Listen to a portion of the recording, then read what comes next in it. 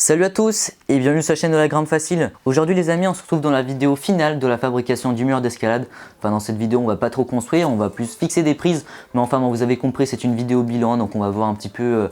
c'est un petit peu une conclusion, donc on va fixer les prises et je vais vous expliquer un petit peu la configuration que j'ai faite, les petits problèmes que j'ai eu, les points positifs de ce mur d'escalade. Enfin bref, vous avez compris. Et puis sans plus attendre, c'est parti, on va voir tout ça. Alors pour ceux qui viennent d'arriver sur la chaîne et qui ne comprennent pas du tout de quoi je parle, le but c'était de faire un mur d'escalade pour pouvoir s'entraîner chez soi. Alors le but c'est pas de s'entraîner 7 jours sur 7 sur ce mur d'escalade. Le but c'est seulement de compléter les entraînements quand j'ai pas la possibilité d'aller en salle d'escalade. Donc voilà, ça permet de compléter les entraînements. Donc du coup j'ai fait une série de vidéos, donc on est parti de la conception du mur en 3D jusqu'à la fabrication. Donc il y a toute une série sur ma chaîne. Donc voilà, si vous n'avez pas vu, je vous invite à aller voir, lien dans la description. Et puis du coup dans la dernière vidéo je vous avais expliqué au final toute la fabrication et puis je vous avais déjà présenté le mur, sauf que là j'ai reçu des nouvelles prises, des nouvelles vis, donc on va pouvoir visser les prises finales. Et puis je vais vous expliquer aussi la configuration que j'ai faite, pourquoi mettre les prises comme ça. Donc par exemple là il y en a une là, je vais mettre la deuxième juste ici, on va faire ça tout à l'heure. Enfin bref, maintenant vous savez tout. Si vous n'avez pas vu les dernières vidéos, je vous invite à aller voir ça dans la description ou directement sur la chaîne. Et puis sur ce, c'est parti, on va pouvoir commencer cette vidéo du coup avec la configuration que j'ai faite. Alors déjà on va commencer avec ces fameuses prises jaunes, donc il y en a trois, donc deux ici et une ici. Donc celles-ci sont beaucoup plus fines que celles-ci, donc ce sont des prises comme on peut les retrouver sur des poutres classiques finalement, et ce sont des prises imprimées en 3D avec mon imprimante. Donc du coup ça m'a coûté je sais pas, l'équivalent de 2 € au lieu de peut-être 20 €. Donc voilà, donc du coup j'en ai trois, donc ici elles sont beaucoup plus fines que ici, donc finalement ici c'est, je sais pas, ça doit faire peut-être 2 cm, ici peut-être 1 cm. Juste ici on a deux prises, donc comme ceci, je vais pas vous expliquer. Et puis juste ici on a, là ici on a un plat, ici on a une réglette et ici on a une réglette qui est un peu plus grosse que celle-ci. Ici on a deux prises comme ceci, donc ici on a un bac. Et ici on a un petit plat, on va dire ça comme ça. Ici on a deux prises qu'on va fixer tout à l'heure, donc j'ai déjà commencé à faire des tests pour voir un petit peu la configuration que j'ai faite. Il y avait beaucoup trop de DVR en dessous pour pouvoir mettre ce genre de prise là, donc c'était pas facilement tenable. Et puis le but c'est de compléter les entraînements, pas souffrir comme un malade. Et puis si je voulais mettre les prises en dessous, il aurait fallu que le mur soit beaucoup plus grand pour que je puisse les tenir comme ceci, non pas comme ceci. Et puis ensuite à chaque sommet, donc on en a une ici et une ici. On a des petites plaquettes pour pouvoir mettre des mousquetons, donc finalement c'est ce qu'on retrouve en salle d'escalade pour pouvoir mettre les dégaines.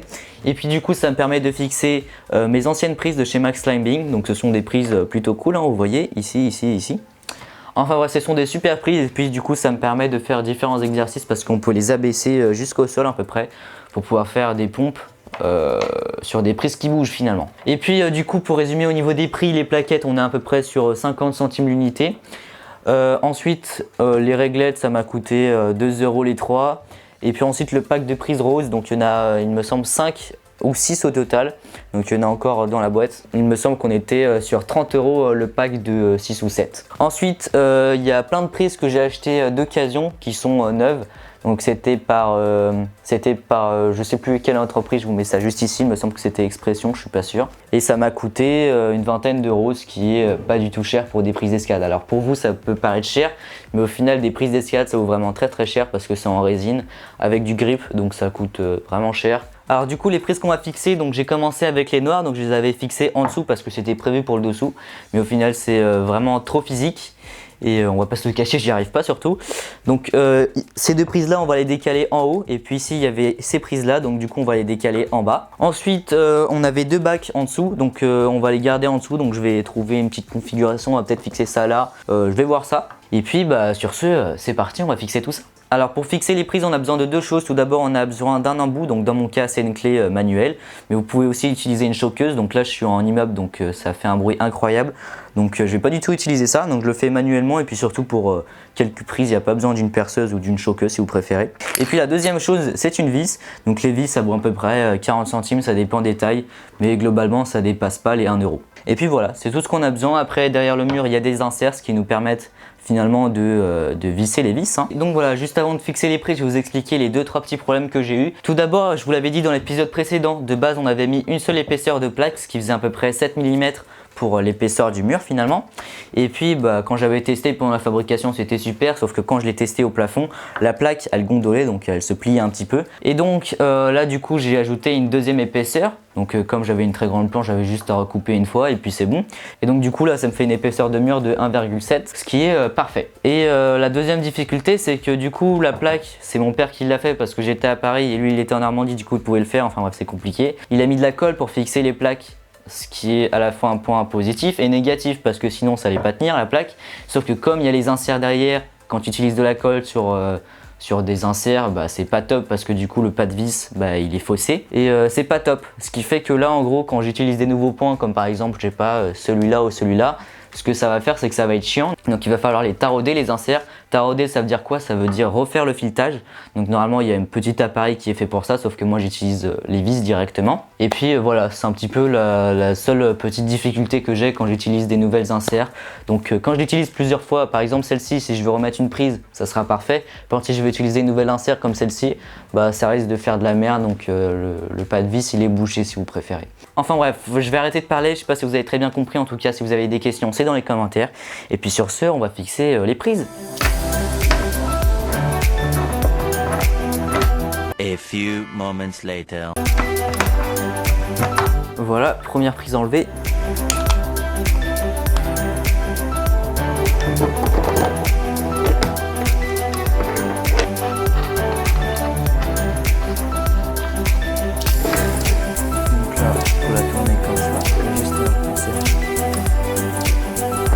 Donc voilà, donc là j'ai terminé de fixer les prises noires, donc au final il n'y avait pas de problème, il y avait juste à forcer sur l'insert, elle était juste un petit peu bouchée mais sinon c'est pas un problème. Et du coup là c'est parti, on va fixer les prises suivantes, donc on va fixer les boules orange, tiens. Donc là j'utilise ces vis là et ces prises là du coup parce que celles-ci sont beaucoup plus longues pour pouvoir s'ajuster avec ces prises là. Et puis du coup on va visser ça juste en dessous.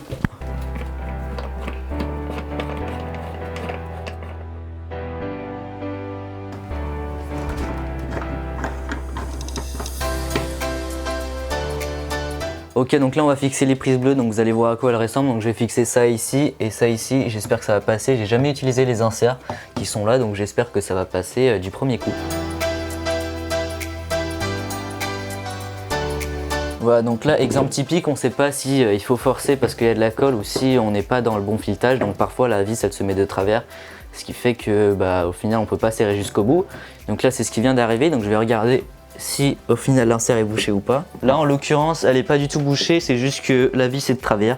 Donc ça c'est exactement l'exemple que je vous disais. Donc là il faut enlever la vis et l'insert et puis refaire le filetage. Voilà. Ça ressemble à ça en gros. Et donc voilà ce qui arrive, comme vous pouvez voir elle est bouchée. Je sais pas si vous voyez très bien, et le filetage n'est pas très bien fait. Donc ce qu'on va faire, donc là normalement ce qui est le top c'est de prendre une vis neuve, comme ça elle n'est pas usée.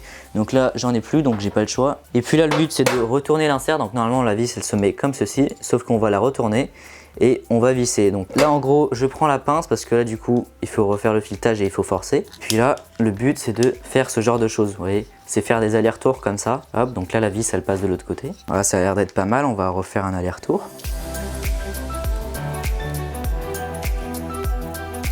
Donc une fois que le filetage est fait, normalement on peut l'enlever manuellement, il n'y a pas besoin de forcer, hein, il y a juste, on peut l'enfiler comme ça. Hein. Et pour être sûr qu'elle se positionne bien, on va pas l'enfoncer dans le mur et puis après mettre la vis. Ce qu'on va faire c'est qu'on va mettre la vis avec la prise et puis après de derrière moi je vais mettre l'insert comme ceci pour bien la mettre et puis après je vais visser au fur et à mesure et puis positionner l'écran comme c'était avant pour qu'elle se replaque bien dans le mur. Je sais pas si vous avez très bien compris, en gros il y a le mur qui est là, puis là je vais visser au fur et à mesure, donc là l'insert elle va s'enfoncer. Voilà, et puis après je vais remettre dans l'écran là où était le petit pic et puis hop ça va s'enfiler parfaitement. Donc là il va falloir mettre la prise en dessous. Voilà, et puis là le but ça va être de positionner l'insert puisqu'il y a la vis qui dépasse de l'autre côté. Donc là elle s'est bien mise et puis après il y a juste à visser tout en maintenant l'insert pour pas qu'elle tourne de l'autre côté, sinon ça sert à rien. Ok, et là du coup je peux visser normalement en toute tranquillité. Donc voilà, ça c'était la première prise, donc il y avait à peu près, je sais pas, je dirais 5 minutes de travail. Bref, sans plus attendre, pour terminer cette vidéo, je vais vous montrer 2-3 petits exercices. C'est parti. Donc quand vous avez ce genre de mur, il vaut pas très cher, on est à peu près aux alentours des 200 € si vous voulez avoir les détails, allez voir la précédente vidéo. Enfin bref, si vous avez du budget, achetez un crash pad ou un tapis, de quoi vous protéger, parce que si vous tombez en arrière, sur les genoux, parce que oui, du coup comme le mur est assez bas, parce que je sais pas, on doit être sur à peu près 3 mètres de hauteur au niveau dans l'appartement, et ça fait 1 mètre déjà, donc on a plus de 2 mètres juste ici, donc forcément quand on fait des exercices on a les genoux à 90, parce que sinon on touche le sol. Par exemple là, je touche le sol. Enfin vous avez compris, donc achetez un crash pad, donc moi j'en ai un juste à côté, donc là je vais pas le mettre, mais faites-le vraiment, c'est important si vous comptez à votre santé. Alors je vais commencer avec toutes les prises qu'il y a sur le mur, et puis après je vais vous montrer 2-3 petits exercices avec les prises de Max Climbing.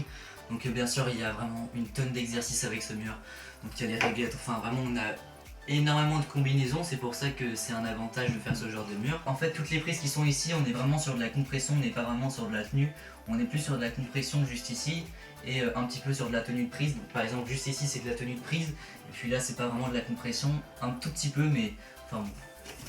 Donc, voilà, donc là on est vraiment sur de la suspension. Ici on est plus sur de la compression.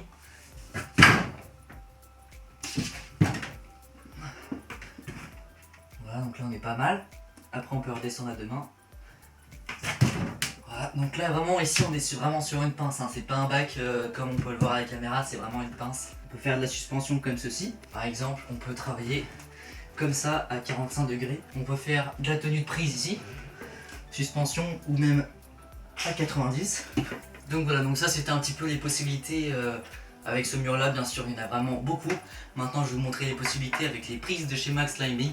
Donc déjà l'avantage d'avoir ces prises là, c'est que on a déjà beaucoup plus de prises. Donc on a là, là, là. Donc voilà, traction traditionnelle. Hop, ça se met comme ceci. Voilà, et puis là du coup on a beaucoup plus de possibilités sur le sol. Et donc déjà, comme vous pouvez voir, on peut faire ça, ce genre d'exercice. Voilà, on peut aussi faire ce genre de move. Et on remonte. Donc voilà, c'est la fin de la vidéo, mais ne quittez pas tout de suite, j'ai 2-3 trucs à vous dire. Tout d'abord, merci d'être plus de 860 abonnés sur ma chaîne, et plus précisément 861.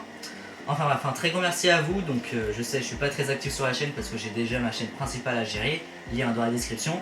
Et en plus les compétitions, donc Coupe de France et tout, même si j'ai pas sorti de vidéo sur ces compétitions là, tout simplement parce que j'ai pas le temps de tout gérer. Enfin bref, merci vraiment. Donc c'était une super série de vidéos par rapport à ce mur d'escalade. Donc si ça vous intéresse, peut-être que je ferai des vidéos, plus de vidéos en rapport avec ce mur. N'hésitez pas à mettre un pouce bleu pour conclure cette série, à vous abonner si vous souhaitez en voir plus. Si vous avez des questions, c'est dans les commentaires. Et puis sur ce, on se retrouve pour une prochaine vidéo. Salut! Salut à tous et bienvenue sur la chaîne de la Grimpe Facile. Souvenez-vous, dans ma dernière vidéo, on avait vu tous les matériaux qu'on allait avoir besoin pour fabriquer le fameux mur d'escalade. Et du coup, aujourd'hui, c'est le grand jour, on va fabriquer le mur d'escalade et le fixer. Et d'ailleurs, à l'heure où je vous parle, il est déjà fabriqué et même fixé.